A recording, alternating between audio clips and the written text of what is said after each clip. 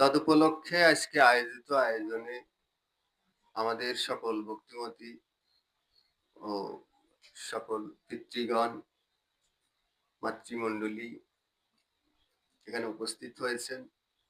আজকে আসলে আমরা খুবই ভাগ্যবান যে যেখানে হাতে তালি দিয়ে মোমবাতি নিভাইয়ে অস্ত্র দিয়ে কেক কেটে হ্যাপি বার্থডে টু বলার কথা, সেটা পাশ কাটিয়ে আজকে আমরা একেবারে নিত্যানন্দ প্রভুর মহাকৃপায় আমরা একত্রিত হতে পেরেছি সাধু কথায় হরি কথায়। আজকে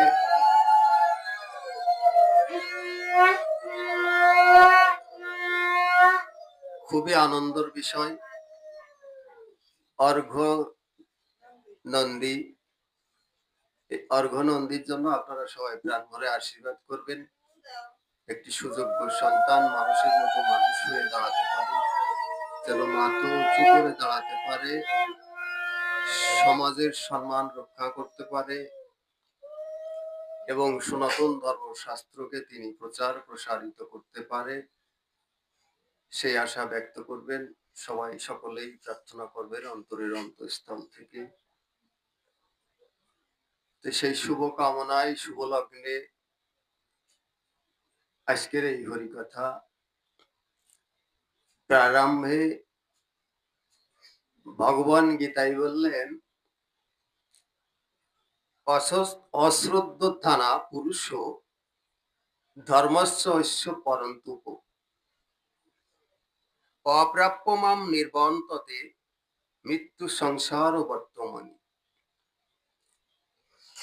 ভগবান বললেন, ধর্মের প্রতি শ্রদ্ধাহীন হয়ে এই জগৎ সংসারে জীব বারংবার আসে আর যায়, আসে আর যায়। শ্রদ্ধার অভাবে আমাদের ধর্মে প্রেম আসে না, রতি আসে না, ভক্তি আসে না, অতএব মতিও হয় না। আর মতিও হয় না যেহেতু গতিও হয় না, তাই বারংবার আমাদের এই ধরাধামে আসতে হয়। অশ্রদ্ধা না পুরুষ পরন্তু ধর্মস্য ঐশ্য। ভগবান বললেন যে এই জগৎ সংসারে সবাইকে বারংবার আসতে হবে। এই জন্য আমাদের বেশি বেশি করে ধর্মের প্রতি শ্রদ্ধা থাকতে হবে, শ্রদ্ধা সহকারে। আমি যতটুকু করব ততটুকু শ্রদ্ধা সহকারে করব। শ্রদ্ধার সাথে ভক্তি দিয়ে মিশিয়ে ভগবানকে যদি সেবা দেওয়া যায়, তাহলে ভগবান অল্পতে তুষ্ট থাকেন, বেশি এত কিছু লাগে না। আজকে অর্ঘ্য নন্দীর জন্য আমরা খুবই ভাগ্যবান যে প্রসাদের আয়োজন করেছেন। এই মহাপ্রসাদ নিয়েই আপনারা বাড়িতে যাবেন। প্রসাদ না নিয়ে কেউ যাবেন না। প্রসাদেরও কিন্তু একটা কৃপা আছে, আবার প্রসাদেরও একটা অভিশাপ আছে। অনেক সময় দেখা যায় আমরা অনেকে কীর্তনিয়ার থেকে শুরু করে সকলে অনেকে হুটহট করে চলে যায়। আসলে প্রসাদ না নিয়ে যাওয়াটা এটা অমঙ্গল, যেতে নেই। তো এই জন্য আগে ভাগে আপনাদেরকে বলে রাখলাম যে প্রসাদটা নিয়ে যাবেন। তো এই জন্য অল্পতে ভগবান তুষ্ট থাকেন। দেখেন, ধনী বিত্তশালী অনেক অর্থবিত্তর ঘরেও ভগবান আছে, অনেক দরিদ্রতার ঘরেও ভগবান আছেন। ভগবান অনাহারী দুর্ভিক্ষ দীন ও দয়াল, যিনি দিন আনে দিন খায়, তিনার ঘরেও ভগবান আছে, তাই না? তবে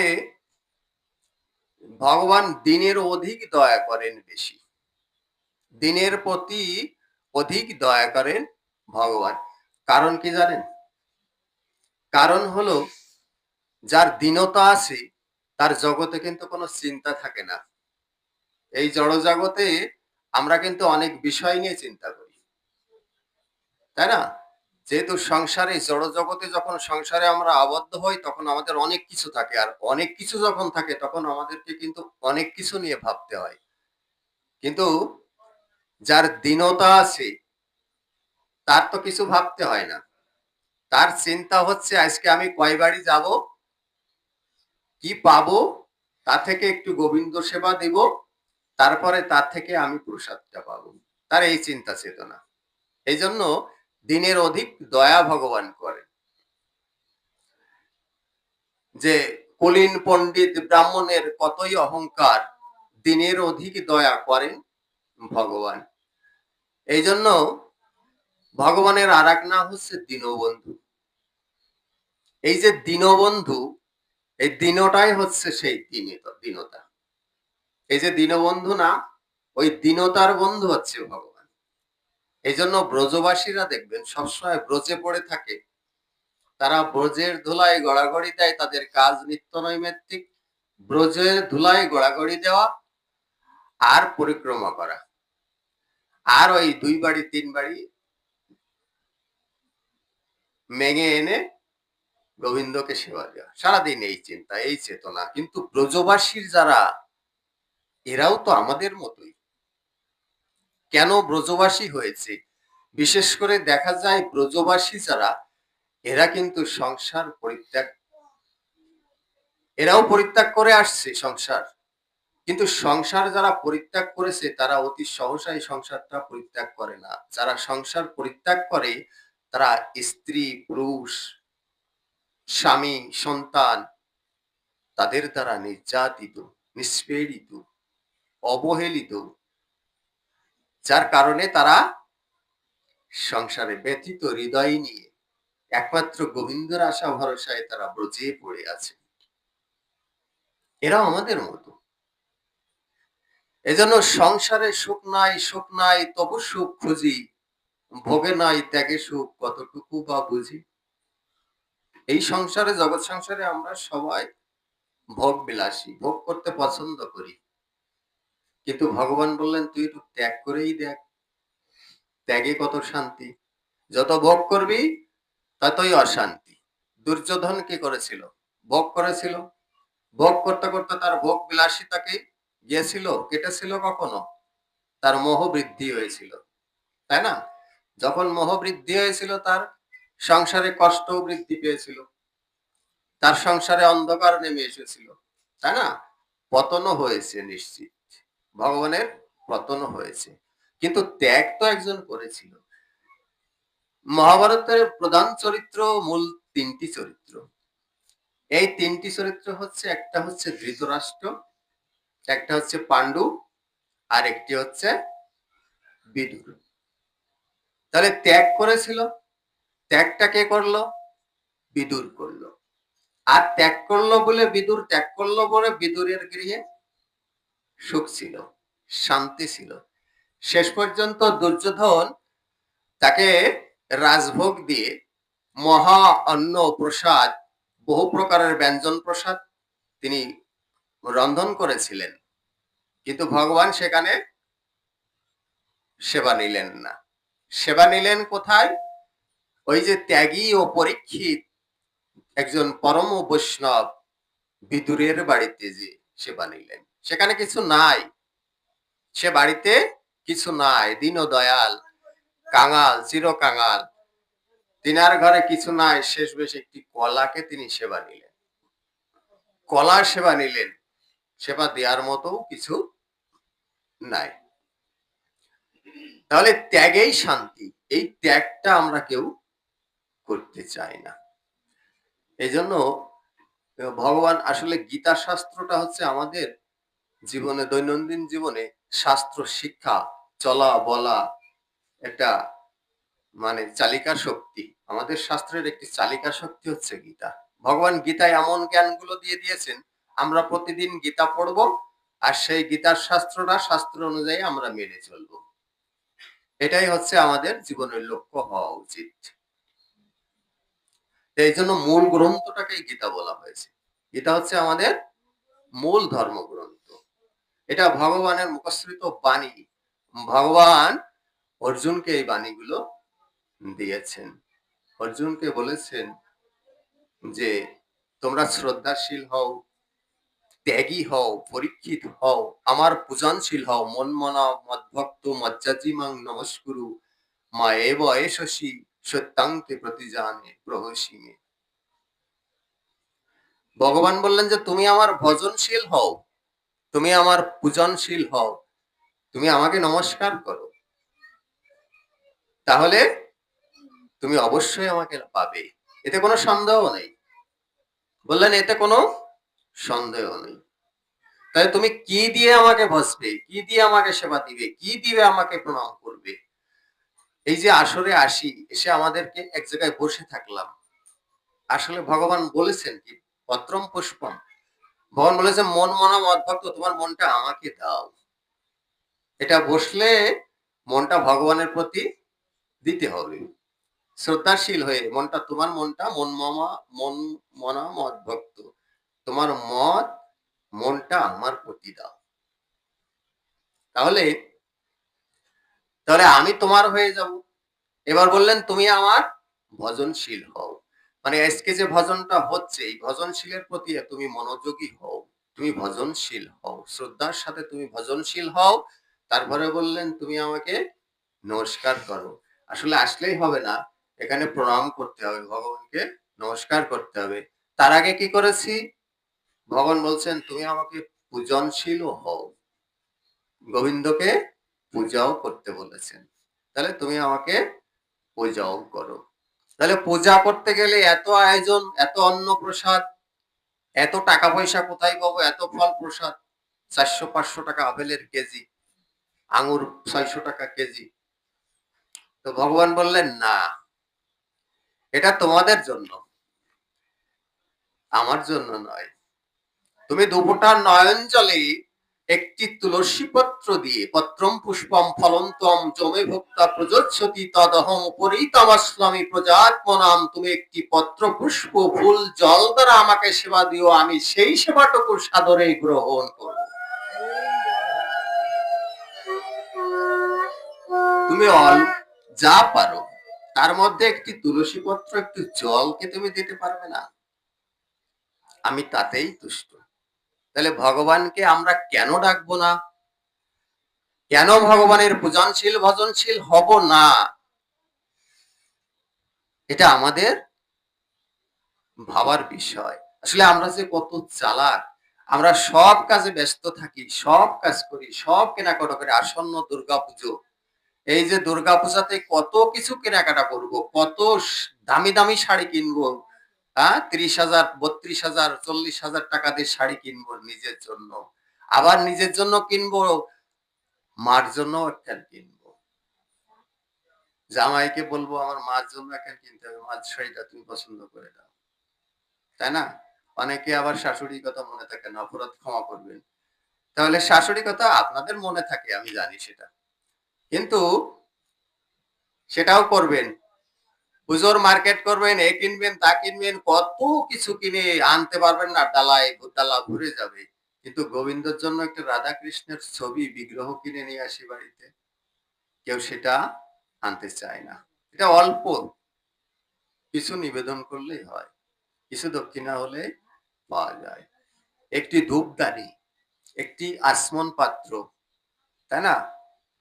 এই সমস্ত যে পূজার উপাচার, এই যে উপচারগুলো পূজার, এই উপচারগুলো যদি আমরা কিনি, গোবিন্দর জন্য একটা কিছু নিয়ে আসি, বাড়িতে তো গোবিন্দ আছে, তার সেবা দেওয়ার জন্য একটা কিছু নেই, এইগুলো আমাদের মনে থাকে না। কারণ কি জানেন, আমরা ওই যে ভোগে বিলাসী, ত্যাগে তো নয়, যার কারণে এগুলো মনে থাকে না। আর এই জন্য ভগবান আবার বললেন, যে শাস্ত্রে বললেন যে যে সংসার ও রেশনালে দিবানিশি হিয়া জলে, তরিবারে না করিল উপায়, গোলকর প্রেমধন হরিনাম ও সংকীর্তন, রতিনা জন্মিল কেনে তাই। সংসার হচ্ছে দুঃখালয়, সংসার দুঃখের জায়গা, সংসার দুঃখের আলয়, এই সংসারে দাও দাও করে আগুন জ্বলছে, সংসার ও রেশনালে দিবানিশি হেয়া জলে। এই যে হিয়া, হিয়া মানেই তো আগুন, এই যে আগুন জ্বলছে, দাও দাও করে আগুন জ্বলছে এই সংসারে, জগৎ সংসারে কেন জ্বলছে? কারণ কৃষ্ণকে ভুলে জীব অনাদি বহির্মুখ, কথায় মায়া তারে দেয় সংসারে দুঃখ। কারণ কৃষ্ণকে ভুলে ভববাঞ্ছা করছি, কৃষ্ণকে ভুলে জীব ভববাঞ্ছা করে, নিকটস্থ মায়া তারে জাপটিয়া ধরে। এই মায়া আমাদেরকে জাপটিয়া ধরছে, কৃষ্ণকে ভুলে যাচ্ছি বলে, বারংবার কৃষ্ণকে ভুলে যাচ্ছি বলে, যার কারণে সংসারে দুঃখ পাচ্ছি, কষ্ট পাচ্ছি, জরাব্যাধি পাচ্ছি, অকাল মৃত্যু পাচ্ছি। এই জন্য মননশীল হতে হবে, ভজনশীল হতে হবে, পূজনশীল হতে হবে, শ্রদ্ধাশীল হতে হবে। এই শ্রদ্ধা দিয়েই শুরু করেছিলাম। এখন একজন ভক্তের কথা বলি, মনে এসে গেল। একজন ভক্ত, তিনি মনে মনে চিন্তা করেন যে আমার যে অর্থ সম্পদ আছে তা দুই পুরুষ বসে খেতে পারবে, তাহলে আমার আরো সঞ্চয় করা দরকার। তাহলে দুই পুরুষ বসে খেলে তাহলে শেষ হয়ে যাবে, কিন্তু দুই পুরুষ পরে যে তৃতীয় পুরুষ, তিন পুরুষ আসবে, তারা কি খাবে? এই চিন্তা করছে। চিন্তা করতে করতে বেশ কয়েক পুরুষের সঞ্চয় তিনি করেছেন। তারপরে চিন্তা করছেন আমার সঞ্চয়ের বাসনা তো যাচ্ছে না, সঞ্চয়ের বাসনাও যাচ্ছে না, আমি যেন তুষ্টও থাকতে পারছি না। তার মানে আমার সবসময় চিন্তা হচ্ছে যে তারপরের পুরুষ কি খাবে, তারপরের পুরুষ কি খাবে, তারা যদি অনাহারে মরে। এই জন্য ওই ভক্ত তিনি সঞ্চয় করেই যাচ্ছেন, সঞ্চয় করেই যাচ্ছেন, সঞ্চয় করতে করেই কিন্তু নিজে তৃপ্ত থাকতে পারছেন না, একটা অশান্তি বিরাজ করছে দেহের ভিতরে। তখন তিনি বিচলিত মন নিয়ে বেশ উৎকণ্ঠা ভাবে তিনি ঘুরে বেড়াচ্ছেন। দেখতে দেখতে তিনি একটি সাধুকে দেখা পেলেন। সাধুর কাছে জিজ্ঞাসা করলেন যে বাবা, আমার এমনটি হওয়ার কারণ কি আপনি একটু বলে দিন তো। বলছে কিরকম? বলছে আমার তো যে অর্থ সম্পদ আছে, তিন চার পুরুষ বসে খেতে পারবে, কিন্তু তারপরে কি খাবে, এই মনটাই আমার বিচলিত করছে। সারাক্ষণ আমি শুধু এই চিন্তা, এই ভাবনা করি, কিন্তু এই ভাবনা থেকে পরিত্রাণ পেতে গেলে আমাকে কি করতে হবে? সাধু বাবা বললেন এক কাজ করো, তুমি দেখো মন্দিরে কোনো দেবালয়ে সেখানে একজন সেবায়িত আছে, সেই সেবায়িতের কাছে তুমি একটা কাজ করো, তোমার তো অনেক অর্থ সম্পদ, তাহলে তুমি সোনা দিয়ে একটি সুন্দর থালা তৈরি করো, সেই থালা ভরে তুমি দামি দামি প্রসাদ, সেই প্রসাদ তুমি নিয়ে সেই মন্দিরে যাই সেই সেবায়িতের কাছে দাও। সেটা গোবিন্দর কাছে দিয়ে দেওয়ার পরে সেই সেবায়িত তোমাকে বলে দেবে যে তোমার আসলে কি করণীয়, কি করা উচিত।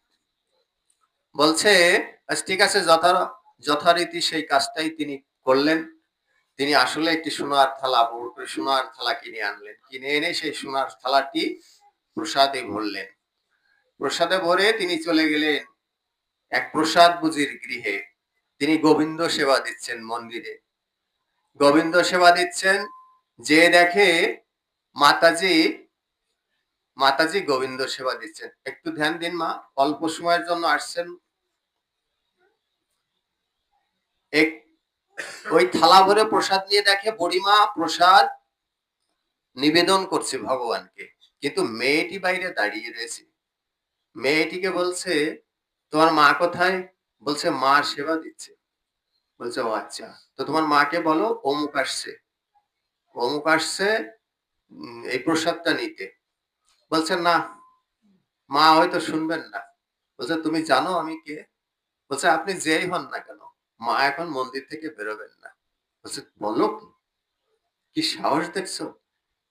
মেয়েটিকে বলছে তোমার সাহস তো কম নাই, তুমি আমার পরিচয়টা দাও, আমি কে। বলছে আপনি যে হন না কেন, মা এখন বেরোবেন না। বলছে তুমি বলেই দেখো। বলছে মেয়েটি যে বলছে মা, কে যেন একজন বলছে খুব আত্ম অহংকারী, আমি অমুক আসছি, থালা ভরা প্রসাদ নিয়ে আসছে, তা কি মন্দিরে নিয়ে আসবো? বুড়িমা বলছে যে বলো আমাদের আজকে যে প্রসাদটুকু লাগবে সেটা অন্য কেউ দিয়ে গেছে। মেয়েটি যে বলছে হবে না, আপনি যেই হন না কেন, আজকে আমাদের যে প্রসাদ লাগবে সে প্রসাদটা একটু আগে অন্য একজন দিয়ে গেছে। সেই থালা ভরা, সোনার থালা ভরা প্রসাদ গিয়ে নিয়ে চলে গেলেন। তিনার জ্ঞান হয়ে গেল যে আসলে অর্থবৃত্তর মাঝে ভগবান কখনো বিরাজ করেন না, অহংকারের মাঝে ভগবান কখনো বিরাজ করেন না। ভগবান থাকে দীন ও দয়ালের ঘরে। ভগবান দিনের কান্ডারি, তিনি দীনবন্ধু। এই যে অহংকার বশত কর্ম আমরা অনেক সময় করে থাকি, এই কাম ক্রোধ লোভ মোহ মাদ মাৎসর্য, আমাদের যে ষড়রিপু, এই ষড়রিপু কিন্তু আমাদেরকে বিতাড়িত করে, আমাদেরকে সারা দিন অস্থিরতা করে, আমাদের মনকে আমরা কন্ট্রোল করতে পারি না এদের কারণে। আবার এদেরকে পরিচালনা করে কিন্তু আমার মন, কিন্তু ওদের ওই উস্তাড়ায় আমার মনটা ওদের হয়ে যায় অনেক সময়। কিন্তু আসলে উচিত হচ্ছে ওই যে ষড়রিপুগুলো আমাদের আছে, এই ষড়রিপুগুলো আমাদের মনের দ্বারা পরিচালিত হতে হবে, আমাদের মনের দ্বারা ওই ষড়রিপুকে দমন করে রাখতে হবে। এই ষড়রিপুকে দমন করে কাম ক্রোধ লোভ মোহ মাৎসর্য একে বিসর্জন দিয়ে যদি একত্রিত হয়ে এই সাধু সমাজে বসে সাধু সঙ্গ করে যদি সাধু সমাজে এসে হরি কথা বলতে পারি, তাহলে এই সাধু সঙ্গেই আমাদের পরম গতি, এই সাধু সঙ্গেই মুক্তি লাভ হবে, মোক্ষ লাভ হবে। সাধু সঙ্গ সর্বশাস্ত্রে কয়, লবমাত্র সাধু সঙ্গ সর্বসিদ্ধি হয়। এই যে সিদ্ধি মানে তো সেই মোক্ষ লাভ। তাহলে সাধু সঙ্গে এসে হরিকথা শোনার আলাদা মাধুর্য আছে। অনেকে আমরা মনে করি, এই চিন্তা চেতনাটা আমাদের মন থেকে মুছে যাওয়া উচিত। অনেকে আমরা মনে করি আমার গোপাল আছে ঘরে, আমি গোপাল সেবা দিই, আমি প্রসাদ বুঝি, আমি কেন হরিবাসরে যাব, ওখানে তো প্রসাদ বুঝি নাই, ওখানে তো কেউ নাই। আসলে দেখেন, এইগুলো হচ্ছে বিচার। এইগুলো বিচার যতক্ষণ করবেন, এই মনে অহংকার যতক্ষণ আনবেন, ততক্ষণে ভজন সাধনে রত থাকলে, সাধুর সঙ্গে আসলে নিজের মনটা দেহটা পবিত্র হবে। ওখানে আপনি গোবিন্দকে সেবা দিচ্ছেন, একা একা দিচ্ছেন, কোন মনে দিচ্ছেন, কোন ধ্যানে দিচ্ছেন, কোন জ্ঞানে দিচ্ছেন, সেটা গোবিন্দ আর আপনি জানেন। কিন্তু এখানে আসলে মহাত্মারা বিরাজ করেন, ভগবান যেখানে থাকেন, ভগবানের কথা যেখানে হয়, সেখানে মহাত্মা বিরাজ করেন। একথা আমি নয়, ভগবানই তো বলেছেন। শতম প্রসঙ্গাৎ বিচ্ছ সংবিত তজ্জস্না তপবর্গ বর্তনী। এই যে ভগবানই বলেছেন যে আমার কথা যেখানে হয়, সেখানে আমার মহাত্মা কীর্তন করে। তাহলে কেন আপনি বাড়িতে বসে থাকবেন? এখানে আসেন, মন্দিরে আসেন।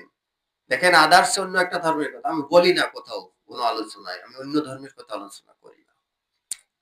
অন্য ধর্মের একটা দৃষ্টান্ত এরকম আছে, বাড়ির পাশে মসজিদ থাকলে বাড়িতে নামাজ হয় না, মসজিদে যে নামাজ পড়তে হয়। তো বাড়ির পাশে মন্দির আছে, মন্দিরে অনুষ্ঠান করছেন, আপনি কি ভাবছেন আপনার ভজন সাধন বাড়িতে হচ্ছে? হচ্ছে না, হবে না। আর এখানে আমাদের বুঝতে হবে, আমাদের সকলে একীভূত হতে হবে, সকলে একত্রিত হয়ে কাঁধে কাঁধে মিলিয়ে এই সমাজটাকে জাগ্রত করে তুলতে হবে, তবেই ধর্ম জাগ্রত। আজকে সমাজটা আগে না ধর্ম আগে? আগে কি কি উৎপত্তি হয়েছে? আগে সমাজটা উৎপত্তি হয়েছে আগে। এই সমাজ থেকে ধর্মের উৎপত্তি হয়। আমি যদি সমাজটা টিকিয়ে না রাখতে পারি, তাহলে ধর্ম কি করবে? কি হবে? ধর্ম কে লালন পালন করবে? কে দেখাশোনা দেখভাল করবে? কে ভজন সাধন করবে?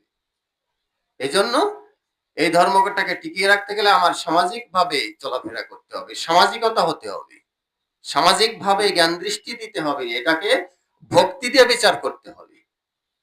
এটাতে অর্থ দিয়েও নয়, শিক্ষা দিয়েও নয়, একমাত্র ভজনের দ্বারা আপনি এটাকে রক্ষা করতে হবে। তাহলে এই জন্য ভগবান কিন্তু প্রজা সৃষ্টি করতে বলেছিলেন। বিশ্ব ব্রহ্মাণ্ড তো ভগবান সৃষ্টি করেছিলেন, তিনি পদ্মের পরে শায়িত ছিলেন, লক্ষ্মী দেবী পাদসেবা করছিলেন। তখন তো চিন্তা চেতনা করেছিলেন যে এই জগৎ বিশ্ব ব্রহ্মাণ্ড, এই ধর্ম রক্ষা করবে কে? তাহলে আমি ব্রহ্মাকে সৃষ্টি করি। তাহলে তিনি ব্রহ্মাকে সৃষ্টি করলেন। ব্রহ্মাকে সৃষ্টি করার পরে তিনি ব্রহ্মাকে জ্ঞান দান করলেন। কি জ্ঞান দান করেছিলেন? ধর্মের জ্ঞান দান করেছিলেন। তাহলে এবার ব্রহ্মাকে বললেন তুমি প্রজা সৃষ্টি করো। ব্রহ্মা প্রজার সৃষ্টি করলেন। ব্রহ্মার দ্বারা তো সব হলো না, এই মানবকে সৃষ্টি করা যাচ্ছে না, যেটা ব্রহ্মার থেকে অংশ, যেহেতু ভগবানের অংশ, যাকে সৃষ্টি করে সে সন্ন্যাস হয়ে যায়, সংসার আর করতে চায় না। তাহলে কি করলো? মনু আর শতরূপাকে সৃষ্টি করলো।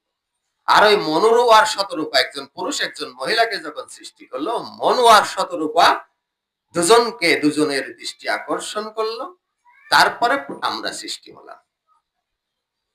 এই মানব সৃষ্টি হলো। মনু থেকে আমরা এসেছি বলে আমাদের নাম হয়েছে মানব।